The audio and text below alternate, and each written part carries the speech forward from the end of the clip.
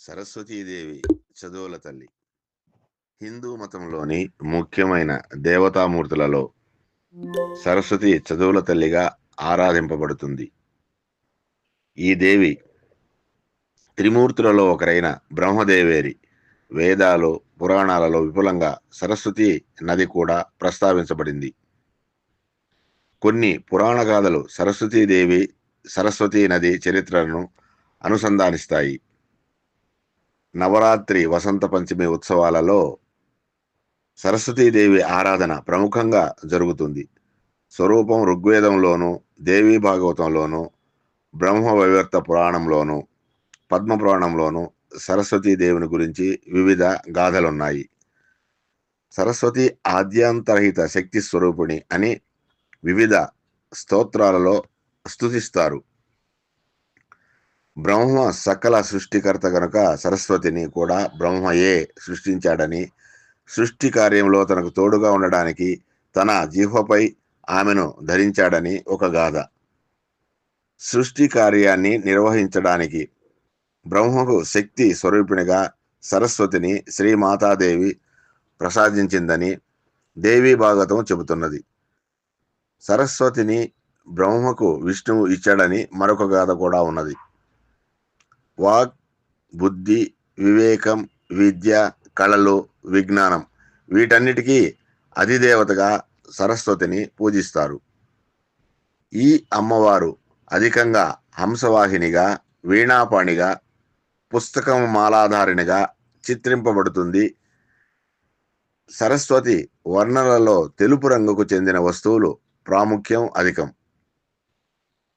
శారద నీరదేందు ఘనసార పటీర మరాళ మల్లికాహార తుషార పేన రజితాచల కాశపణీశకుంద మందార సుధాపయోధి శితతామరసార సవాహిని శుభాకారత నొప్పు.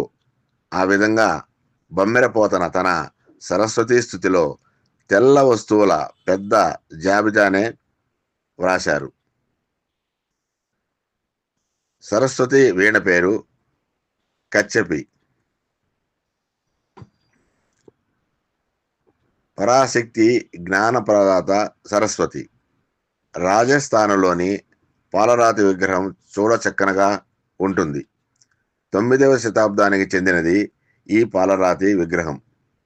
పరాశక్తి తొలిగా ధరించిన 5 రూపాల్లో సరస్వతి ఒకరు. ఆ మాత కేవలం చదువులకే కాదు, సర్వశక్తి సామర్థ్యాలను తన భక్తులకు ప్రసాదిస్తుందని దేవీ భాగవతం 9వ స్కందంలో 5వ అధ్యాయం వివరిస్తోంది. మహామాయ, భాషా జ్యోతిర్మయి, కళారస హృదయగా సరస్వతి పూజలందుకుంటోంది. జ్ఞాన ప్రదాతగా సరస్వతి కొన్ని గాథలు. పూర్వం ఓసారి సనత్ కుమారుడు బ్రహ్మ దగ్గరకు వెళ్ళి జ్ఞానాన్ని గురించి చెప్పమన్నాడు. శ్రీకృష్ణ పరమాత్మ సూచన మేరకు బ్రహ్మ సరస్వతిని స్తుతించి బ్రహ్మజ్ఞానాన్ని పొందాడు. ఆ తర్వాత ఆయన బ్రహ్మజ్ఞాన సిద్ధాంతం చేసి సనత్ కుమారుడిని చెప్పాడు. అలాగే పూర్వం భూదేవి అనంతుడిని తనకు జ్ఞానాన్ని ఉపదేశించమంది. అనంతుడు కశ్యపుడి ఆజ్ఞతో పలుకుల తల్లిని స్తుతించాడు. ఆ తర్వాతనే అనంతుడు నిర్మలమైన జ్ఞానాన్ని సిద్ధీకరించి భూమాతకు చెప్పగలిగాడు. పూర్వం వ్యాసభగవానుడు పురాణ సూత్రాలను గురించి వాల్మీకిని అడిగాడు. వాల్మీకి జగదాంబను స్మరించాడు. అలా ఆయన సరస్వతి దయను పొంది పురాణ సూత్ర జ్ఞానాన్ని పొందాడు. వ్యాసుడు కూడా 100 ఏళ్ల పాటు పుష్కర తీర్థంలో సరస్వతిని గురించి తపస్సు చేసి వరాన్ని పొంది సత్కవీంద్రుడయ్యాడు. ఆ తర్వాతే ఆయన వేద విభాగాన్ని, పురాణ రచనను చేశాడు.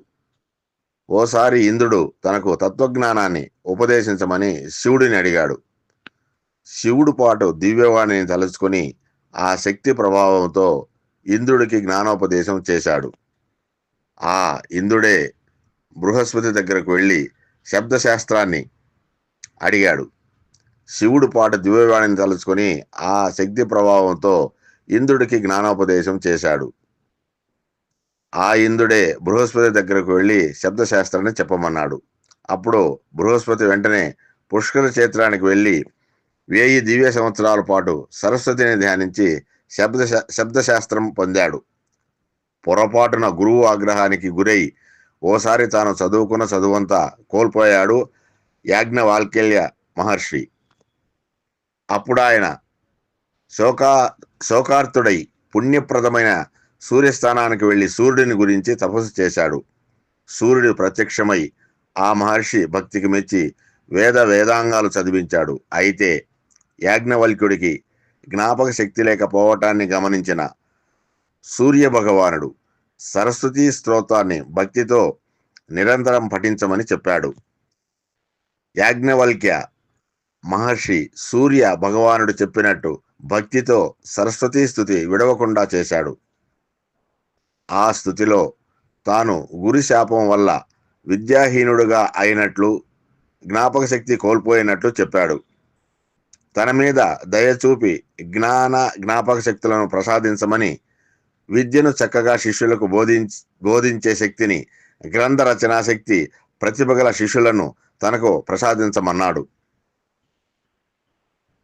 సత్సభలలో మంచి విచారణ శక్తిని, సత్య స్వరూపిణి, వ్యాఖ్యాన రూపిణి, వ్యాఖ్యాధిష్టాది రూపిణి అయిన సరస్వతిని పదే పదే స్తుతించటంతో ఆ మాత యాజ్ఞవల్క్య మహర్షిని మళ్ళీ సంపూర్ణ జ్ఞానవంతుడిగా, సుకవిగా వెలుగొందమని ఆశీర్వదించింది. ఈ సరస్వతి స్తుతి అంతా దేవి భాగవతంలో ఉంది. శరన్నవరాత్రులలో మూలా నక్షత్రానికి ప్రత్యేక విశిష్టత ఉంది. చదువుల తల్లి సరస్వతీదేవి రూపంలో దుర్గాదేవి దర్శనమిచ్చే పవిత్రమైన రోజు. అమ్మను కొలిస్తే విద్యార్థులకు చక్కని బుద్ధి వికాసము కలుగుతుంది. శ్రీకృష్ణార్పణమస్తు.